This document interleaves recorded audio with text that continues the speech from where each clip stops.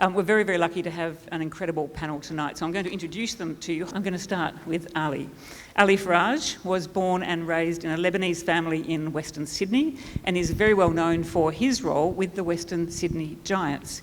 He's also very well known here at Addi Road because during the COVID lockdown, he was here almost every day transporting food and all the kind of things we were helping with to communities right across Western Sydney and southwest Sydney. He is recognised for his extensive work with a multitude of multicultural communities in Western Sydney. He has a vast knowledge and personal experience of multicultural issues and is helping deliver harmony and social cohesion outcomes wherever he goes. Next to Ali is Osman Chu. He's one of the 40 most influential Asian Australians under 40. He is very well known for his contribution to social democracy, public services, and in particular, the Chinese diaspora and multiculturalism. You can find him on a range of media outlets, and I think if you Google just his name, you'll see the vast array of opportunities that Osman has taken to make sure that we're having the right conversations around our communities. Next is Kushal Vyas, co-founder of the South Asian Community Network, Desis for Yes. He's a lawyer, a journalist, he's Chief Executive Officer of the Australia-India Film Council and the National Co-Chair of the Australia-India Business Council's Young Business Leaders Forum. It's great to have you along, Kushal. And then next to Kushal is Tulay, who is very, very well known here at Addi Road. She's a lawyer, community worker, advocate and organiser who's committed to fighting for greater diversity and justice in Australian society and politics. She has been recognised by a New South Wales Award for Excellence in Women's Leadership in 2023, and she was first place in the 40 under 40 most influential Asian Australian Awards of 2022. And the reason we see a lot of Tu here at Addi Road, not just because she's been a wonderful community volunteer here, she also works at the Marrickville Legal Centre, which is located here at Addi Road.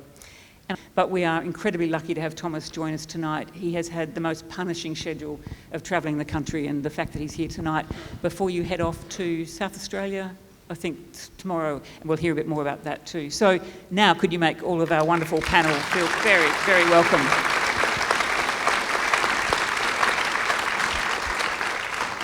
Before we go to the specific questions, I thought we might just run down the list of panellists and just ask you very briefly, if you were asked why you're here, why you're thinking that we need to have a conversation about the constitutional referendum and why you think yes might be important, if that's what you believe. Maybe just give us a starting point from each of you as to how you come to this tonight. So Ali. Should have said at the end, I would have went last, but unfortunately at the start, no, it's actually great to be back here at Addison Road then. When I was first approached, every time I come here, a sense of passion sort of it rushes through the body, because you know what it means to be here. And help, compassion, and also passion are three terms when I come here and I drive into the car park. I have that sense and that feeling all the time. But why I'm here today is because a good friend of mine who's on the way back from Melbourne, Rosanna. She's here. She's back. So Rosanna's here. Hey. So big round of applause to Rosanna. She actually said to me, we're doing a bit of a gathering, and would you mind coming on a panel? And I said, yep, no problem. And to be honest with you, and I'm putting it out here, community is very confused. And I said to Rosanna, and I was having a conversation, we spoke for about half an hour on the phone, and she said, come and share. And I said, yeah, no problem, I'm more than happy to share it. And that's why I'm here today. It's actually about conversation. It's not about me changing my mindset or anything like that, but it's about having a conversation. And the beauty of where we live today and the beauty of this place is you can have conversations. And the respect is there. Sometimes you will disagree. Most of us might disagree. But it doesn't mean that I don't like you any less or I don't like you any more because we disagree. That's what humanity is about, and that's what Australia is about. So hopefully we can agree and also disagree, because we want it to be a fruitful conversation. Thank you, Ali. Osman. Yeah, thanks, Sam. Firstly, I'd like to start by acknowledging that I am also on Gadigal land this evening, unceded Gadigal land, and pay my respects to elders past, present and emerging, and to extend that to any First Nations people here today. I think the reason why I am supporting a voice I did some recording earlier today, and that really got me thinking about why exactly we need a voice. And for me, there's obviously the practical elements, the need for advice to have better outcomes for Aboriginal and Torres Strait Islander people. But I think there's a real symbolism about it as well, about the kind of country that we want to be and become.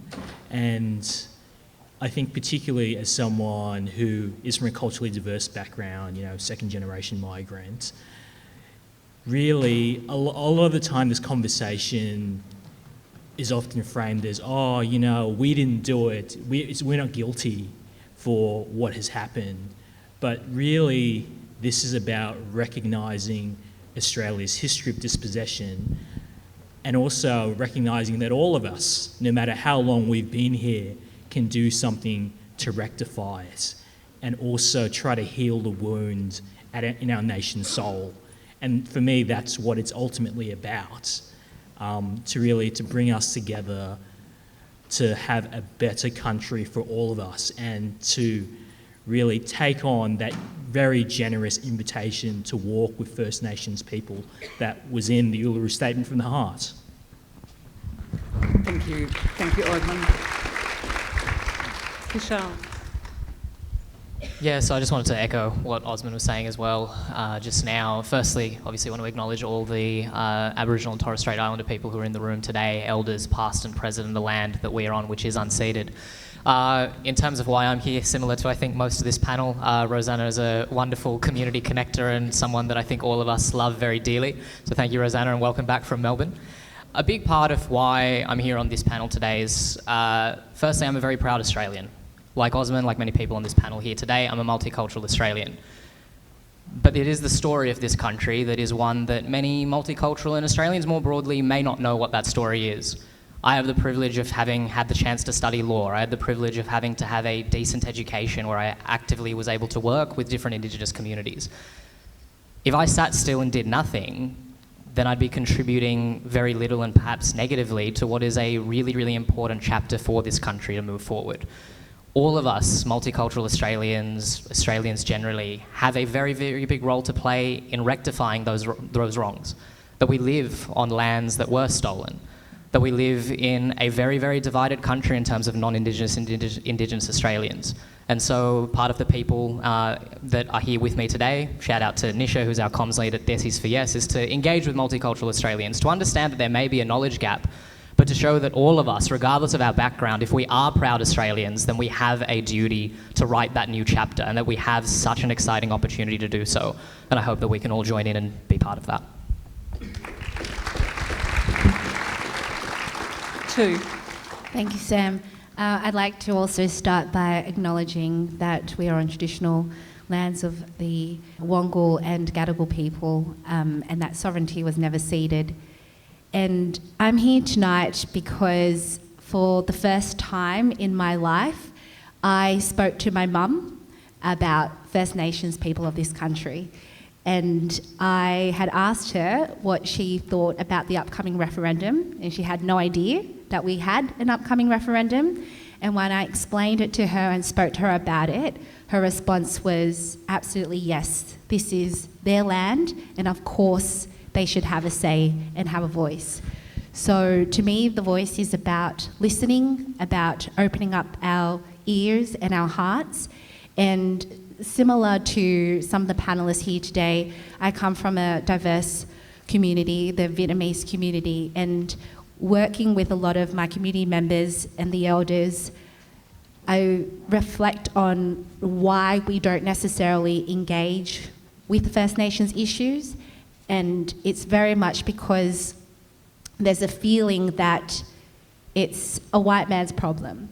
And I think that that stems from the fact that as migrant communities, oftentimes we don't feel like we truly belong in this country and that we're still guests in this country. So why do we have a say about these issues? And now that we have the opportunity with this invitation to be part of the Voice referendum and have a say, this is an invitation, as I said, to not only open our ears and our hearts and And that's something that I really want to take back to my community and other diverse communities, because I know that there isn't much knowledge around the voice, and we want people to, whichever way they vote, have an informed decision when they go to vote on the 14th of October. Thank you too. Sam, I was thinking, as I was listening to these very, good reasons why we're all here, that maybe I will recite the Uluru Statement, because I think it summarises why we're here. Because it's actually a long story why we're here. It's not something that is, Albanese's idea or a Labor Party idea. This isn't something that has just come from, it's not a Canberra voice that we're talking about here. We're talking about the voice of Aboriginal and Torres Strait Islander people. And it is an idea that has come from Aboriginal and Torres Strait Islander people. And there are many lessons that we have learnt from a long history of struggle by Aboriginal and Torres Strait Islander people for recognition and for respect and to simply be heard. The dignity that comes with being heard and better outcomes that come with being heard.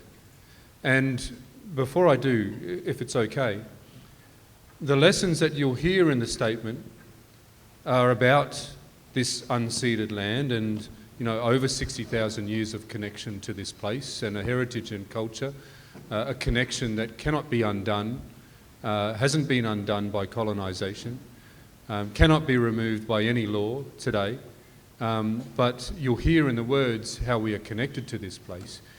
But further it goes to the very real problems that we have. And you'll hear that part of it. And then also listen for the solutions, where this proposition comes from. As I said, this is an Albo's idea. It comes from the Uluru Statement from the heart that takes the lessons of many voices that we've established to speak with coherency through representatives that we choose ourselves, that we can hold to account to ourselves, that understand our problems because they live and breathe them, that understand our culture. Representatives that aren't chosen by politicians or aren't self-appointed. Every time we have established a voice to speak with coherency and with unity, governments have taken it away. And so you'll hear that call for the Uluru, for a voice enshrined in the Constitution, to put it out of the reach of politicians that don't want to listen. And then you'll hear the invitation in it, okay? We gathered at the 2017 National Constitutional Convention, coming from all points of the southern sky, make this statement from the heart. Our Aboriginal and Torres Strait Islander tribes were the first sovereign nations of the Australian continent and its adjacent islands, and possessed it under our own laws and customs. This our ancestors did according to the reckoning of our culture from the creation, according to the common law from time immemorial, and according to science more than 60,000 years ago. This sovereignty is a spiritual notion, the ancestral tie between the land or Mother Nature and the Aboriginal and Torres Strait Islander peoples who were born therefrom, remain attached thereto, and must one day return thither to be united with our ancestors. This link is the basis of the ownership of the soil, or better, of sovereignty. It has never been ceded or extinguished, and it coexists with the sovereignty of the Crown. How could it be otherwise? That a peoples possessed the land for 60 millennia and this sacred link should disappear from world history in merely the last 200 years? With substantive constitutional change and structural reform, we believe this ancient sovereignty can shine through as a fuller expression of Australia's nationhood. Proportionately, we are the most incarcerated people on the planet. We are not an innately criminal people. Our children are alien from their families at unprecedented rates. This cannot be because we have no love for them. And our youth languish in detention in obscene numbers. They should be our hope for the future. These dimensions of our crisis tell plainly the structural nature of our problem.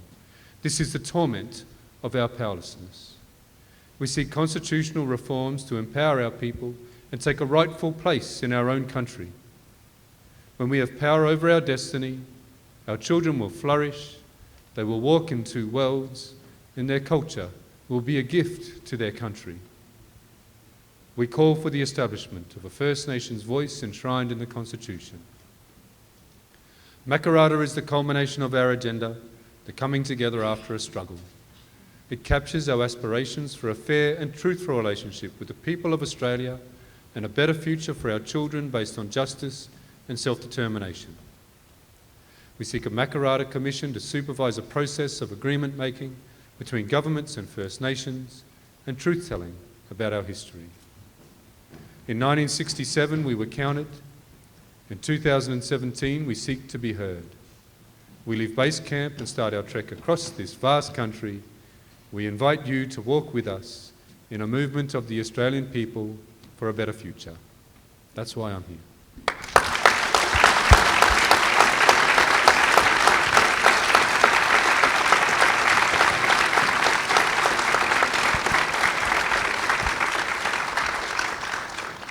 Thank you, Thomas. It's a real privilege to hear the statement read by someone who was at Uluru when the words were decided, and they are truly beautiful words, and words that, as you say, move through the stages of explaining history and asking us and inviting us generously to walk with First Nations people in this country. It was interesting that soon after you returned from base camp and started travelling around the country, that statement was translated into 60 languages. So if you're in a community where English is not the first language or English is not spoken, we'll find a way to make sure you can access the statement in your language or the language of your community, because I think it's just as important that those that don't have English as a first language are able to read and hear those words in your language. So that's one of the resources that we can make sure you get access to for those of you or communities you're working with that don't have English as a first language. There are quite a few difficult questions that have come in, so I want to start with one that came up a lot before tonight, and it's really this issue of why would we go ahead with the voice because Aboriginal and Torres Strait Islander people are so divided on it. And the question that was written tonight was, why is it that the voice is there to help the Aboriginal and Torres Strait people, but some Aboriginal and Torres Strait people are for the No campaign when it's there to help them? It just doesn't make sense. Well, firstly, we're not homogenous. We're like any other group of people, right?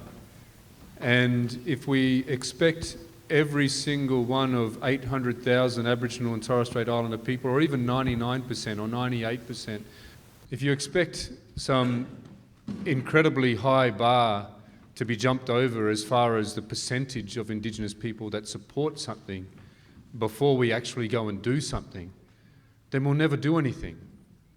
We would never progress. You know, we would never close the gap. And that's the key.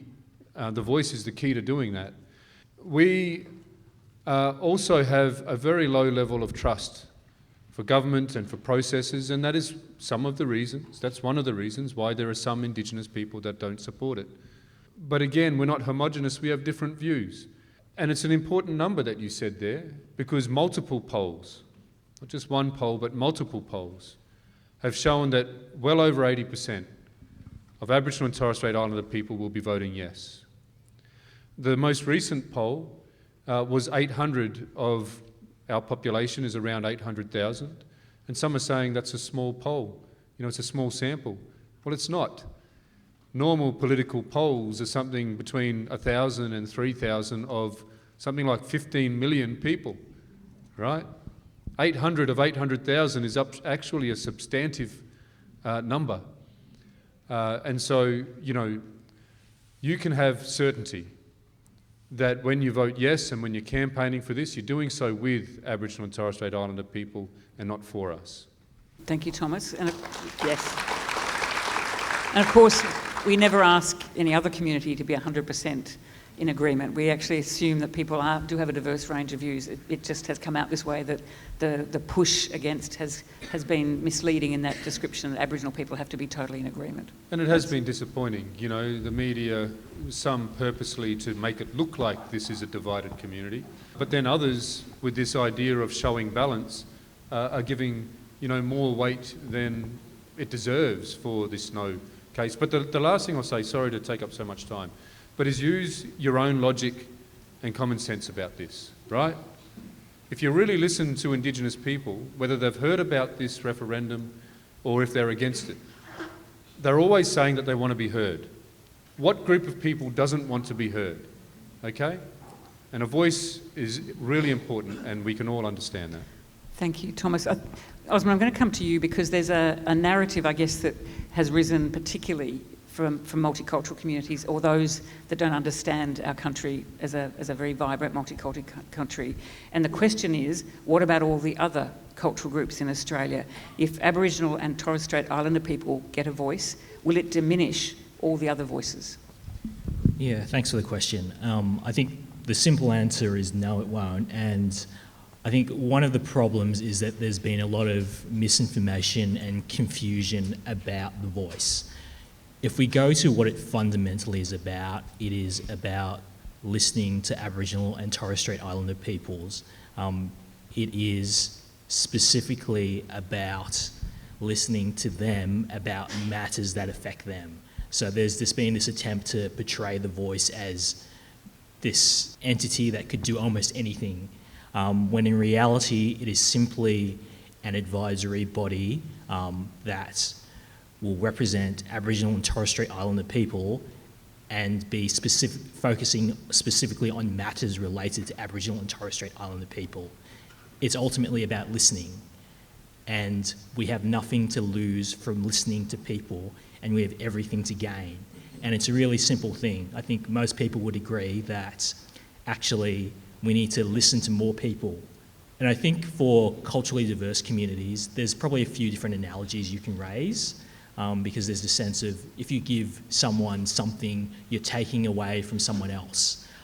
So thinking about it, the example that came to mind for me was just talking about how we provide translations for people from non-English speaking backgrounds, translations, interpreters. We have SBS, and that doesn't take anything away from anyone, but actually adds to our community, empowers people, ensures they can participate in our society. So we have everything to gain and nothing to lose. Thank you, Osman. I've got one particular question from tonight for you, and I want to follow up with a legal question, given that you're our legal powerhouse on the panel tonight. The first question, is how do you explain the idea of changing our constitution to your Vietnamese community? Thanks for the question, Sam. I think it's really important as a Vietnamese community, we understand that most of us are in this country as a refugee community because we had escaped war. And we escaped war to seek democracy and freedom. And so in explaining the Constitution, I speak to the democracy that we have in this country, the will of the people to be able to decide and make changes to the Constitution. And that's the only way that change to the Constitution is made. And I think that really resonates with the community because they understand how important democracy is and the sacrifices that they've made to come to a country like Australia where their freedoms and their human rights are protected. Is it true that the Advisory Committee, or the Voice, as otherwise known, will have veto power over laws and that a third chamber in Parliament will be created? Yeah, I think the crowd has already answered that, is simply no. It doesn't create any lawmaking powers. The Voice or the Advisory Committee can't create, amend or stop legislation from passing. That's up to the elected representatives in the House of Reps and the Senate. I think it's simply an advisory body that provides advice, and I think that's why it's called the Voice to Parliament and not the Voice in Parliament. And I think the proposed constitutional amendment, the second clause says that the Voice may make representations, so it's not legally binding, and it's up to Parliament to then decide what they do with those representations. I think what's important to note too is that the Voice is a dedicated and permanent way to provide consultations from the First Nations people to, in terms of issues that affect them. And I think we can all appreciate that after the COVID lockdowns, particularly if, like me, you lived in an LGA that was subject to harsher lockdowns. And what I heard constantly and what we were pushing and advocating for constantly is that these laws have been imposed on us because our decision makers didn't understand what it was like. They couldn't empathise what it was like. It wasn't that we were deliberately breaking the law, but most people in these LGAs couldn't work from home. They had to leave home. We lived in multi-generational homes where if one person got sick, it was likely to be spread across generations and multiple people. And so it was really strong that we thought they couldn't empathise with us, they're making decisions for us, and so it just makes sense for us to be able to have a voice, for us to be able to provide advice and be consulted on issues that affect us. Thank you. So I'm going to come now to Kushal. Again, this is one of those questions that's said often, and it's that the government and taxpayers already give so much money to Aboriginal and Torres Strait Islander people, and they always seem to waste it, and they don't deserve anything more than what they've already got. How do you deal with that when you're communicating with your communities? Yeah, look, I want to deal with that question in two parts. The first is, let's just talk about the proposition or the premise of that question, which unfortunately is from a very misinformed place. So coming from a legal background, I think Tu can vouch for this as well, is that Indigenous communities are woefully underfunded across the board. We're talking about every year, year in, year out, you're talking about services like the Aboriginal Legal Service constantly crying out for funding and constantly not having enough resources to service the structural disadvantage that Indigenous people face. There are reports that already exist now where billions of dollars, I think it was about $4.4 billion, are estimated to bridge the health gap between Indigenous and non-Indigenous Australians. So at the very premise of the question about what we're talking about in terms of actually spending a lot of money on Indigenous Australians, the reality is we don't. And we're not actually using that money effectively as a result. But let's just take that premise at its best. Let's assume that it's true that we spend many, many millions of dollars on Indigenous Australians. To such people and to people who may be supporting the Yes campaign in the audience, to counter those sorts of questions, my suggestion is to say that wouldn't you want a voice that can at least advise on how to use that money most effectively? Wouldn't you want your taxpayer money to be used by people who understand and know the issues in those communities so that those millions and millions of dollars that we're referring to can actually be used to have an impact? If the impact is not being felt today, it means that what we're doing right now isn't working, which means that we do need something to be that circuit breaker to at least, at the very least, advise on what that money should go towards. And it will be a very sad day for Australia if we are fearful of advice.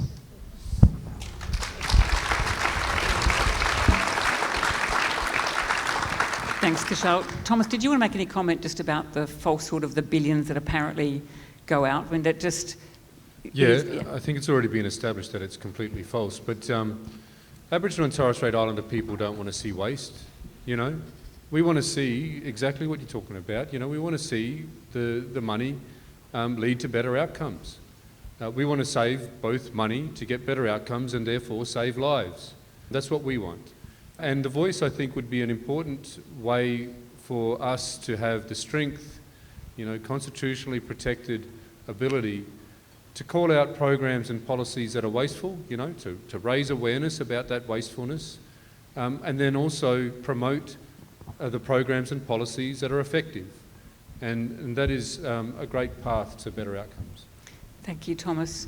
Ali, I'm going to come to you, and it's a little bit of a theme that's come through already, but I want to put it to you specifically, and that is that the referendum and the voice will divide Australia. It'll give Aboriginal and Torres Strait Islander people special rights, which will segregate our society.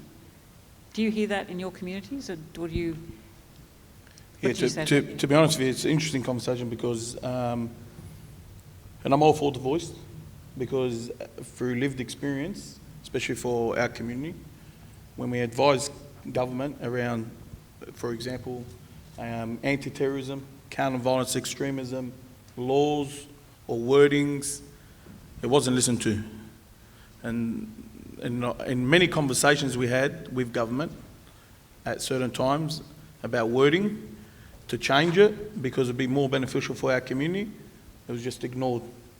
Sat in round tables, sat with ministers, sat with everyone that we can sit with and say just change it because it won't work for the community. No one listened. Money was wasted because certain organisations would take it and wouldn't impact anyone. So the voice is important, and you need a voice. And the voice for all of us is going to be a tough job because there is a lot of distrust with government. And a lot of people, especially in the southwest, and you touched on it, when it was lockdown, we got locked down. Curfews were placed. It was like I literally was in martial law. I was watching, can't remember the film, The Siege, I think, where they had everyone in lockdown and the police officer would pull you over and you say, oh, I got this certificate, so I can do deliveries. And he'll say, yep, no problem, continue. No one was listening. So there is a big play here for all of us who are in here today. The job doesn't finish today and we all clap and we all walk off, but it actually starts where you have to educate more and more people. I know my English teachers here from school, Miss O'Brien at the back. And the honest reality is there is a lot of misinformation. There is also a lack of education. If people were to watch that film today and it was in community, a lot more people will be thinking different. But you've got to understand where community is. And when we say, is it creating a divide? Sometimes it will create divide. And I'm not talking to you from a philosophical or sophisticated way from a university. I'm talking about the grassroots. Next door neighbour walks up, he says, hi, how are you? First Nation neighbour. He says to him, oh, what are you voting tomorrow? This is how much culture communities work. He says, I'm voting no. He goes, all right, I'm voting no too because you know your people better than me. He's not going to go to the local centre and sit in a talk. He's going to go with the people that he loves and cares for, the neighbour who he spent the whole life with. That's where our job then becomes, hey, mum and dad, hey, hold on one second. I know Terry, for example, voted no, but have you heard this is what the voice is about? And then educating them. But it doesn't take one person, it takes all of us as a cohort of people to get the right information out there from a grassroots level, because there is a lot of confusion. There is a lot of people saying, are you a yes voter or no voter? People come up to you and ask you on the streets, you're voting yes, what's that voice about? And then you have to explain yourself. If you don't know how to explain it, but you've got a good heart and a good intention, and you want the best for First Nation people, how will you answer it? That's where more of these sessions like this are necessary, because we need to bring more people into the circle. And a friend of mine once said, reconciliation is about a circle. Everyone joins that circle. Everyone has a voice. But travelling around Australia recently and having a game in Alice Springs, a voice is necessary because First Nation people need to advise on what is necessary for their community. But the problem is when you involve government, and I'm sorry to say it, and there's distrust. And divide is created naturally by don't vote for them because they're going down this path. If you vote for this, you're getting this. And then we just got to keep on educating people about what the truth about the voice is. And we need more ambassadors, and everyone here is an ambassador. To go out to your community, could be a neighbour, could be a work colleague, could be whatever, because there is a lot of fear-mongering. And I said it to, I think, Jane just before the session. I had a friend of mine listening to 2GB this morning. Yeah, I know, can you believe it? But you know, why? He's a good friend of mine. And I said to him, he goes to me, oh, did you hear about Balmoral, foreshore, this, that? I said, yeah, what happened? He goes to me, oh, mate, you know, there was a land grab for this $100 million. I said, yeah. I said, but one question I have for you. If you were to vote today, what would you vote? It's automatic no. So we need to counter that. Then I have to, for example, and everyone else in this room has the responsibility of what? Countering that narrative. Say, no, it's not about that. It's about, like you said, it's about real and genuine advice on what is necessary for their people. Not me telling you what you need. It's about the people, First Nation people, telling government what is necessary.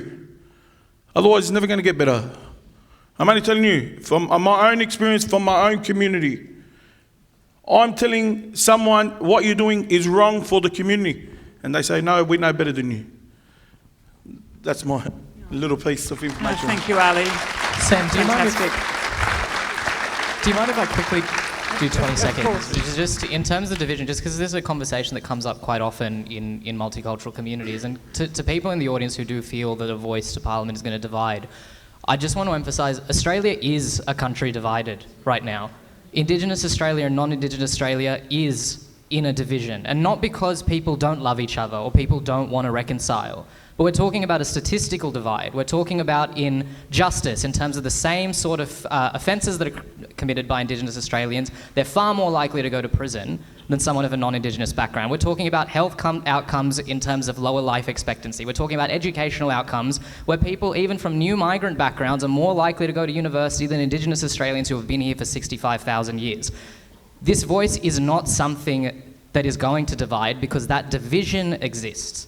This voice to Parliament is the first step towards reconciling that divide.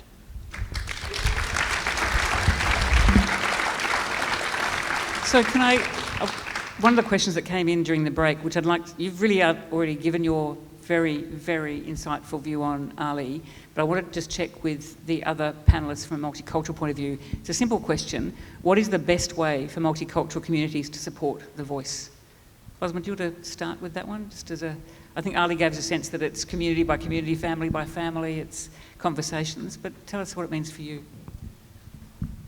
I think it is it is having those conversations and also just relating it to people's everyday experiences. Obviously we have a big job educating people, but when I talk to people about any issue, my starting point is, how do you convince someone that what you're advocating for is just basic common sense without them having all this context? Because, you can talk about all the technical matters, the constitutional changes, the vast history. That's important, but fundamentally, you just need to get that basic principle that people innately understand and connecting that. And I think that's the starting point for talking to anyone, regardless of what their background is. Yeah, I agree with that, and I'll give an example too, because I know that there's a big community here from the Vietnamese community, and I would say that, and what I have spoken about in the past with my own community, is that the concept, we are here as a Vietnamese refugee community because we've lost our country, and các cô chú bác là chúng ta nói về cái sự mất nước. So we always talk about loss of country. And in relating, the First Nations experience to our own and finding that commonality as opposed to the differences, is that I believe that our First Nations people, in terms of the dispossession and displacement, but in their own lands, and the Vietnamese refugee community can completely empathise with that, because we've also lost our lands, and that's why we are here, and that's why a lot of migrant communities call this country home. And so I think that commonality is such a sense and source of solidarity that we must show with First Nations people in their very generous invitation to walk together with them towards a better future for this country. Thank you, Sue.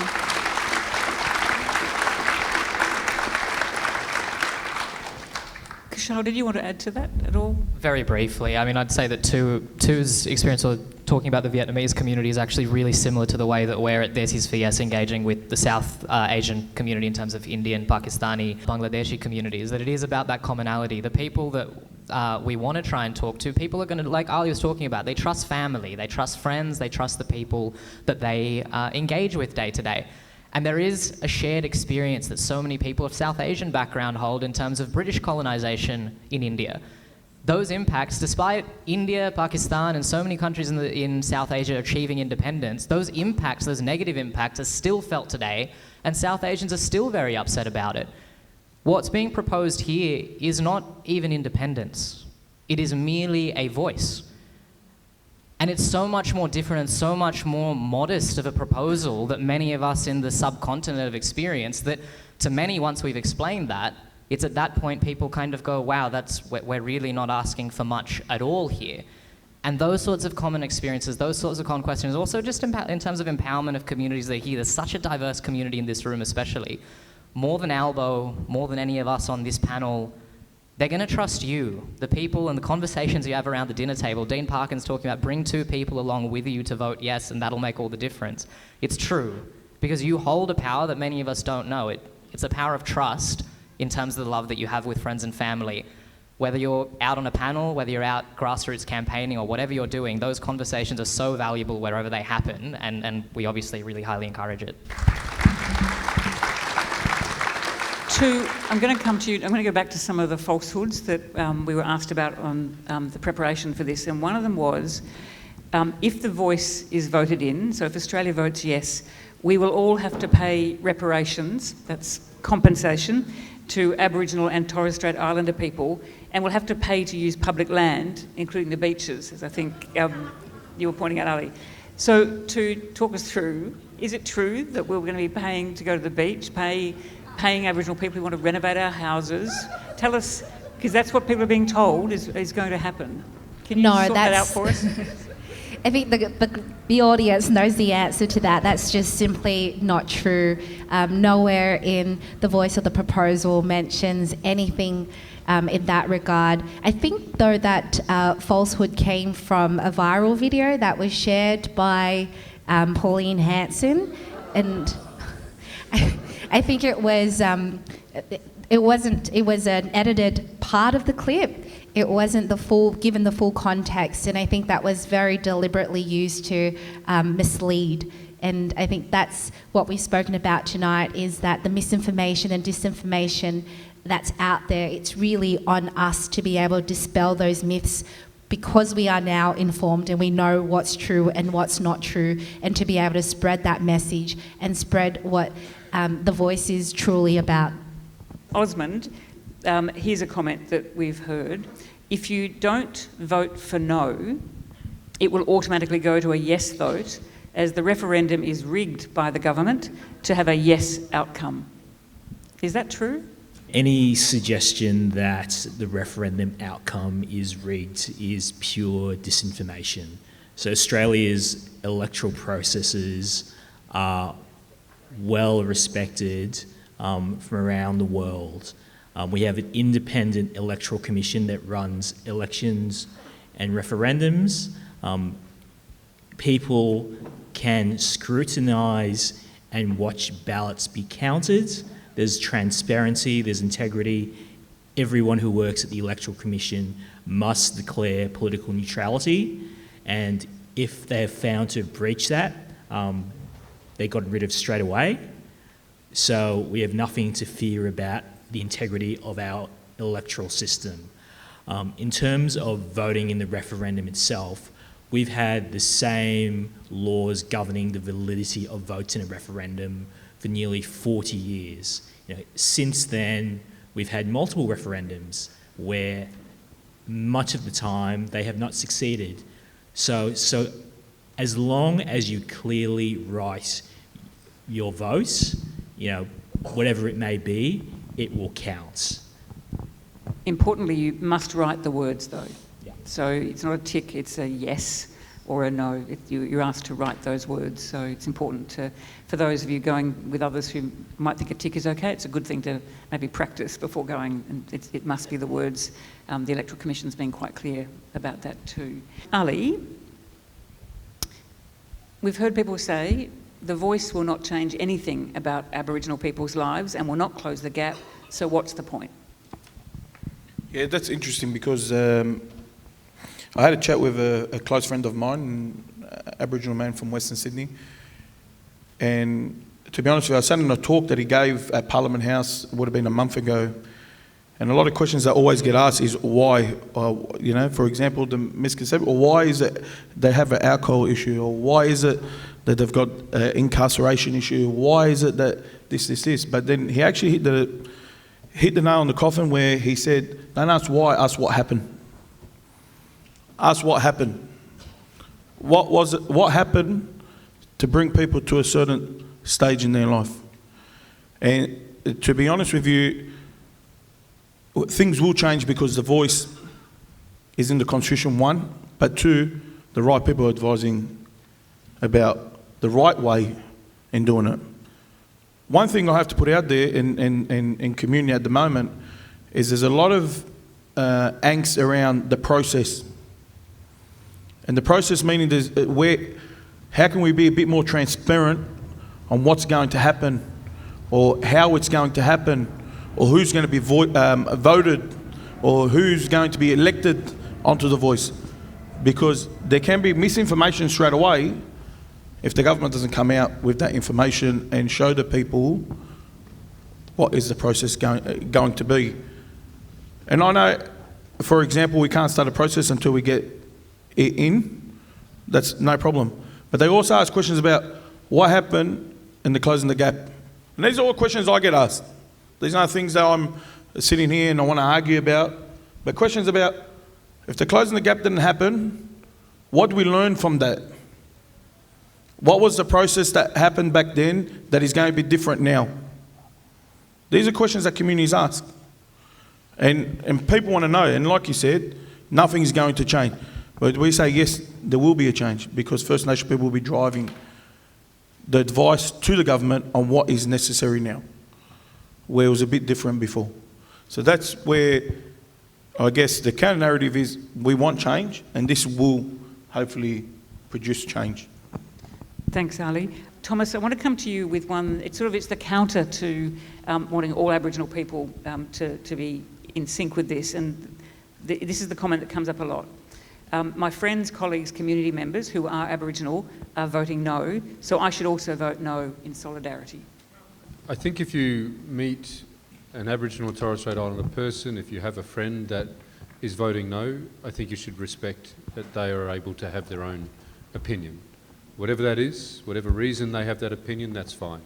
It's like anybody else, even non-Indigenous people, friends or family.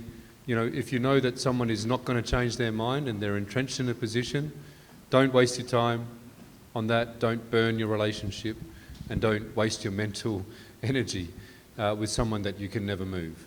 But what you shouldn't do is decide that just in pure solidarity without thinking about what a majority of Indigenous people actually want. Okay? And I talked earlier about how you can be confident that a majority of Indigenous people support this. And as I mentioned earlier as well, use your own common sense. Okay? This is too important a question to answer blindly. So use your own common sense. You've heard all of the reasons why you should vote yes, and that should be enough to motivate you to do so. There were a couple of questions specifically tonight. I'll read them both to you, and maybe you could give us a quick response to this. If the yes vote is successful, how confident are you that treaty and truth will follow? And a similar question, when people say treaty before voice, how do you respond to that? Yeah, so I'm firstly on truth-telling. Truth-telling doesn't need to follow. It's been going on for a very long time, right? And I'm sure there's many people here in the crowd that have been doing some great work helping us to tell the truth to the rest of the nation, which is one of the reasons why we're ready for this moment. A lot of Australians know the truth about our past now and our present. So truth-telling is something that actually needs a voice, you know, because the truth alone doesn't create the change. It's our voice that uses the truth to get the changes. It's the voice that's missing.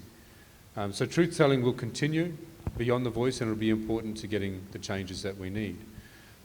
Treaties are already well underway. We are over a decade into the treaty process in Victoria. We also have bipartisanship in Queensland and Tasmania for treaty process, which tells us that I think treaties are going to follow. The key thing to think about here is how long will that take? So when people say, and if your Indigenous friends say, oh no, we think treaty should come first, we don't support a voice, we support treaty, well, here's where the common sense and logic comes in, right? If it's taken 10 years in Victoria, if both Indigenous and non-Indigenous experts are saying that treaties are going to take something like 30 or 40 years to achieve, then why would we wait that long to do something different to be able to get better outcomes in housing and health and employment, the justice system? We need a voice now to do those things. Okay, so Treaty First doesn't make sense. They're underway, and we're not going to wait decades to build the power to get the changes that we need. Thanks, Thomas. I've got a couple more to go, and I'm conscious of time, so I'll open up to the panel, any of you who feel you can answer this best, but someone in our audience has said, how do you manage systemic barriers at the local council which stops the reaching out to multicultural communities? Often these barriers are along political lines. Look, yeah, I can empathise with the question in terms of just speaking from experience with what we're doing at There's His for Yes, for example. I completely understand. You know, part of one of the criticisms that we've faced in the community conversations that we're doing over the course of the next month is difficulties in sourcing venues sometimes, just because councils are a bit, you know, afraid of going one way or another, or even people within the community being like, oh, if you're going to do a presentation on why, you know, what the referendum is and why you should vote yes, then you need to have someone from the no side as well, because that's how we want to be informed about it. I think the most important thing, and you've heard Oz and Tu talk about this before as well, is that it's kind of the reason, and not to put the impetus on everyone, but this is a game-changing, nation-building moment. It's sort of why we've got to say that whatever your ability is and whatever your capacity is, it's time to take that on for yourself as well. We can't underestimate the sort of power that we have within ourselves. Now, we're not under any illusion that we're going to be able to speak to every single South Asian person across Australia. That's the goal. That would be amazing. Happy days, right? But it's not going to work like that always. But what we decided as a group was to say that, look, if we care about this enough, if we see this as a responsibility as not just, you know, Indians or Pakistanis, but as Australians, that we live on Indigenous land and that there is a way that we want to have an impact, then get out there. We're doing chai chats right now. We're hoping Kylie Kwong might come along and teach us something about, you know, a few different things, for example. Simple things, whether it's on social media, making a video about why you're doing something, uploading ideas about why you care about something, having that dinner table conversation. You don't have to start a full-blown movement, but those grassroots conversations actually do have a lot of value. Bring people along into your living room if you like. Have a backyard conversation, have a presentation like that. Feel free to get in touch with us as well, and we'll help you facilitate that too. But the point is, I think that yes, there are going to be barriers, and sometimes it's about networking and trying to find the right person to be able to open up those doors for you. At the same time, don't underestimate what you can do yourself, especially if you care enough about it to be in this room today. That power can't be underestimated.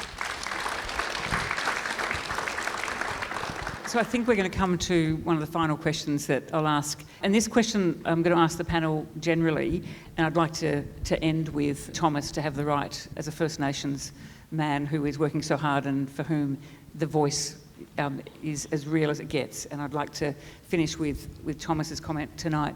And the question is up there about, do you believe voting yes for the voice will help us move forward as a nation?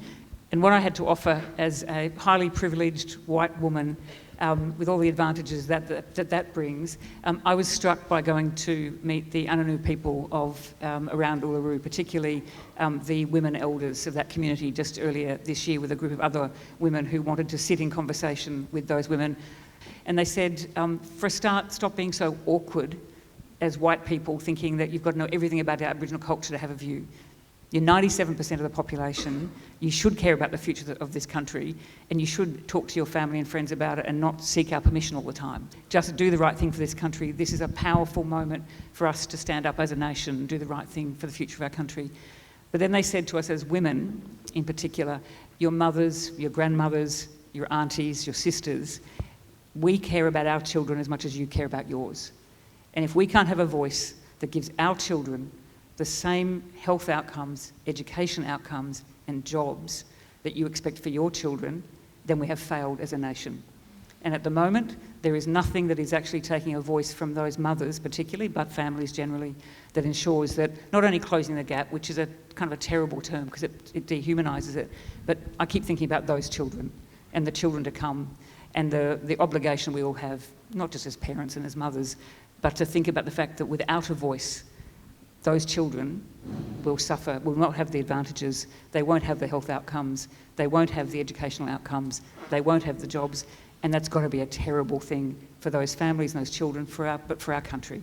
So Ali, I'm going to start with you and we'll go down the panel and say, Do you believe voting yes is going to move us forward as a country? I believe so, and to Thomas and all First Nation people here today, we're the dock hands on the ship, all multicultural communities. We want you to get the ship to where you want it to get to. We're on the bottom of the deck, powering the engine, and we'll power the engine not only now, and whatever happens, we'll still power the engine, because we don't want the culture to be lost. And to be honest with you, we want everyone to know the history of Australia. And for us, and coming from a Muslim background, we know we had a long, rich history with First Nations people, especially with the Macassans, and there was a thriving economy before 1770. And a friend of mine is creating a big documentary about before 1770. And like I said to you before, and out of respect for all First Nations people, we'll continue powering that boat to let people know the truth and let people know about the beautiful culture that was and still exists till now. That's a message from us.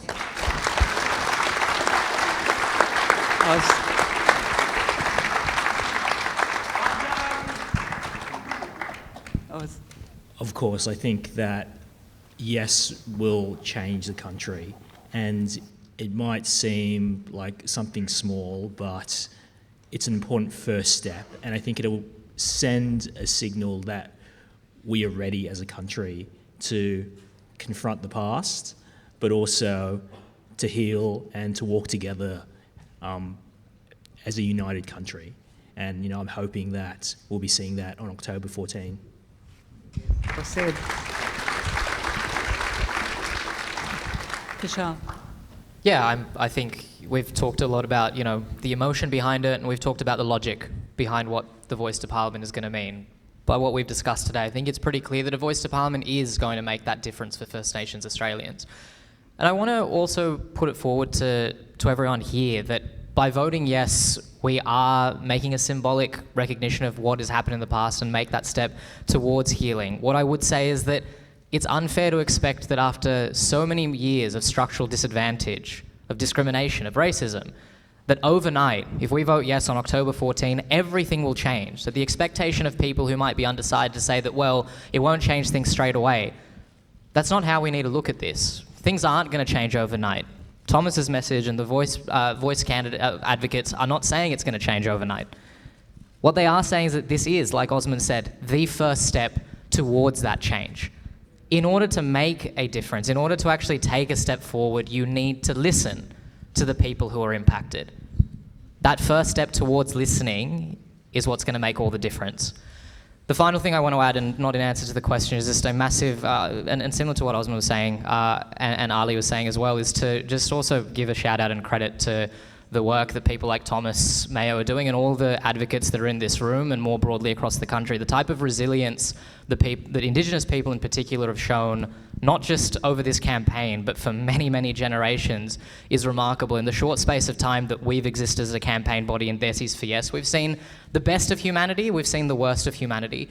The travel around and the being away from home and the sort of advocacy that advocates like Thomas Mayo are doing is I think, beautiful, really inspiring, and something that sort of story is something we have to keep in mind for ourselves, that we should be allies, we should be on board with that. We can't let Indigenous Australians who have done it for so long be the only ones doing the heavy lifting. I'm so proud of all of us being here today, and I really hope we can wake up as proud Australians after the referendum. Two. My fellow panellists have put it so eloquently. I think the only thing I can really add is that we are taking a very modest first step towards hope and healing in this country by voting yes. I think it will move our nation forward. And I just think from the perspective of migrant communities, multicultural communities, and unless you are First Nations people, no matter if you came here on rickety boats 50 years ago like the Vietnamese community or 200 odd years ago with the First Fleet, we are all migrants to this country, and we really need to be able to recognise and acknowledge the First Peoples of this nation and how they've cared for land, and respect that care, respect the way that they've been able to live on these lands for 60 or 1,000 years, and we as relatively newcomers are a part of moving forward as a nation, and Australia is only going to be more fair and equitable when we take this step forward. And so I am really hopeful for the future, and that this is only just the beginning of the allyship and the solidarity that now I think as migrants and Multicultural Australia, we're able to say that we truly belong, because if our First Nations people don't even have a voice, then how does any other multicultural migrant community expect to have a voice in this country? So I think that this is going to be a moment where we can all be proud to be Australians and say that we truly belong in this country, and that we have a say, and that we can affect the change on the 14th of October. Thank you too. And Thomas. I'm just looking at this beautiful community here, you know. All of you that have come together to listen, you know, all night to, you know, this very important conversation, to enjoy that film and enjoy Vicky and enjoy her, you know, huge heart and her journey. And I'm thinking, this is the Australia that I want, you know. This is the Australia that I want. Australia to be Addi Road, yeah, like one big Addi Road, where we all care about each other and we have empathy and we listen and we pull in together and our differences make us stronger. You know, that's the vision. And let's take this out and have one big Addi Road as our country when we vote yes.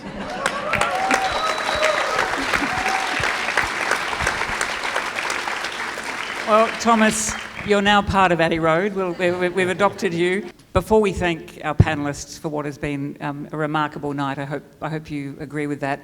I want to say that we've said a couple of times she's an inspiration, but Rosanna, I want you to come up, because Rosanna Barbero...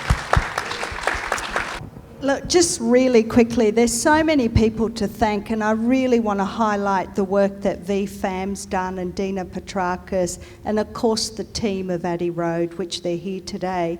But what this tonight was a culmination since February 2021, and Tu was involved in that process, where we've been talking to our communities, the different ethnic communities, about a multicultural Australia and our relationship as settlers or first generation migrants with the First Nations people. And then it just evolved into then discussing the referendum and the voice. So it's not just a one-off tonight, it's good old school organising.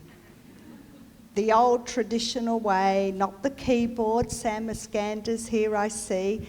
We talk to people. We do that every single day. So let's continue the conversation, because that's how we're going to bring change. The last thing to do tonight really is, in as big a way as you can, is to thank our panel. So, Ali, Osman, Kishal, Tu, and Thomas.